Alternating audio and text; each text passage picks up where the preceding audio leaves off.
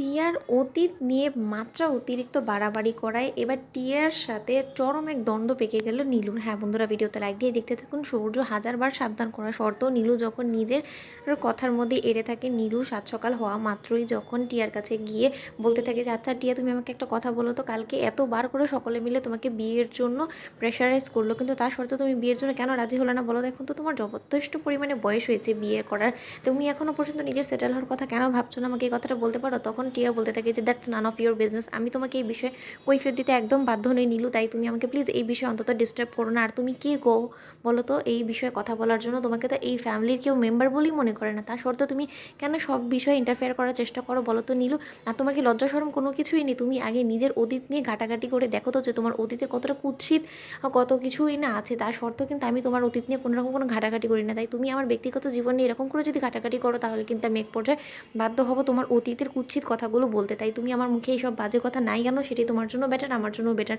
তখন নীলু বলতে থাকে যে আচ্ছা টিয়া, তুমি এরকম করে চটে যাচ্ছ কেন বলো তো? হাজার হোক তোমার তো কিছুটা হলো আমাকে সম্মান দিয়ে কথা বলার কথা, কারণ তুমি আমার ছোট ননদিনী হওয়ার, তোমার জন্য আমি ভাববো না তাহলে কে ভাববে বলো তো? এখন বৌমনি তো কোনো কিছু তোমাকে নিয়ে ভাবলে তো হয়েই যেত এতদিনে, তাহলে তোমার বিয়েটা হয়ে যেত। তখন যখন সে ভাবছে না তাহলে অবশ্যই আমাকেই তো ভাবতে হবে, তাই না?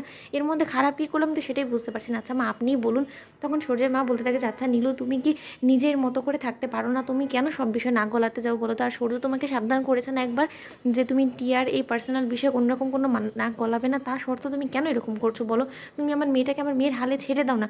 তখন সূর্য যখন অফিসে যাওয়ার জন্য তাড়াহুড়া করতে থাকে, ঠিক সেই সময় সূর্যের মা সূর্যের কাছে গিয়ে বলতে থাকে যে আচ্ছা সূর্য, নীলুরা তো কিসের তাগিদ হয়ে গেল নতুন করে বলতো? ও কেন উঠে পড়ে লেগেছে টিয়ার বিয়ে দেওয়ার জন্য? এই কথা বলতে পারিস আমাকে? তখন সূর্য বলতে থাকে নীলুকে যে দেখো নীলু, আমি তোমাকে আগেও সাবধান করেছি, আমি আরও একবার সাবধান করে দিচ্ছি, টিয়া কোনো মতেই পছন্দ করে না যে ওর পার্সোনাল লাইফ সম্পর্কে কেউ ইন্টারফেয়ার করুক, সেটা আমরা বাড়ির লোকেরাই হই বা তুমি হও না কেন।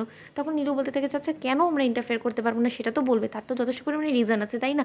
তোমরা সকলে না হয় জানো, কিন্তু তোমাদের ফ্যামিলির একটা মেম্বার হিসেবে তো আমারও সেই অতীতটা সম্পর্কে জানার অধিকার আছে। আচ্ছা টিয়া, কোনো মতে কি তুমি কাউকে পছন্দ করো বা ভালোবাসো? যদি সেটা আদৌ করে থাকো তাহলে সেটা আমাকে বলো না, আমি যদি তোমাদের প্যাচ আপ করালেও করাতে পারি, আমার উপরে একটু হলেও তুমি আস্থা রাখতে পারো। তখন টিয়া হাসতে থাকে আর বলতে থাকে যে হ্যাঁ, এইসব বিষয়ে যে তুমি খুব বেশি পারদর্শী সেটা আমি খুব ভালো করেই জানি। নীলু, তোমাকে আমি একটা কথা বলে দিচ্ছি, তুমি যদি তোমার লিমিটে না থাকতে পারো তাহলে কিন্তু আমিও আমার লিমিটটা ভুলে যাবো। আর আমি আমার লিমিট ভুলে গেলে আমি যে কী করতে পারি তোমার সেটা কোনো রকম কোনো আন্দাজাও নেই। এই কথা বলা মাত্র সূর্যের মা বলতে থাকে যে সূর্য, তোর বউকে তুই সাবধান করে দে, নয়তো বা আমার মনে হচ্ছে যে যতদিন পর্যন্ত তোর বউ এই বাড়িতে থাকবে আমরা কেউ শান্তিতে থাকতে পারবো না।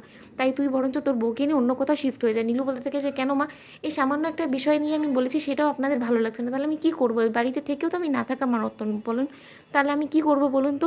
এখানে আমার ননদিনীর বিয়ের কথা হচ্ছে, সেখানেও নাকি আমি বলতে পারবো? আমি করবোটা কি? তো বন্ধুরা, ভিডিওটা ভালো লেগে থাকলে একদম শেয়ার করে সাবস্ক্রাইব করতে ভুলো না।